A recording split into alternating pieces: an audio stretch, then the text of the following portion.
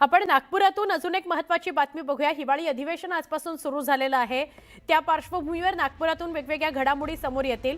तर भास्कर जाधव आणि मंत्री प्रताप सरनाईक यांची नागपुरामध्ये भेट झाली।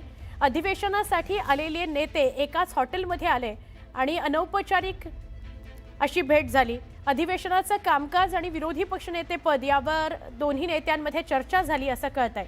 म्हणजे औपचारिक अशी भेट होती।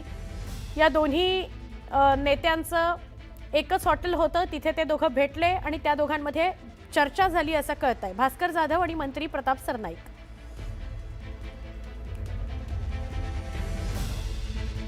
आमचे प्रतिनिधी नरेंद्र मते यांना विचारूया। नरेंद्र, ही अचानक झालेली भेट होती का नियोजित भेट होती, फॉर्मल होती, इन्फॉर्मल होती, काय अधिक सांगाल?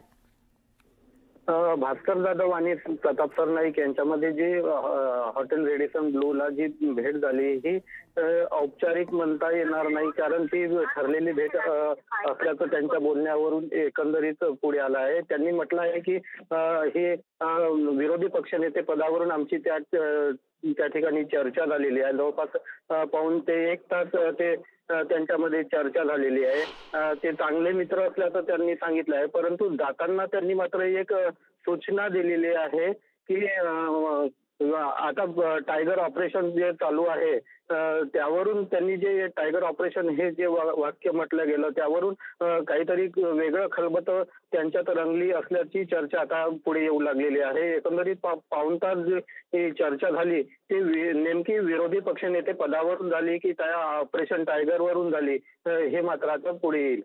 नक्की नक्की। तुर्तास धन्यवाद माहिती दिल्याबद्दल। भास्कर जाधव आणि सरनाईकांच्या या भेटीची चर्चा मात्र नक्कीच रंगली आहे।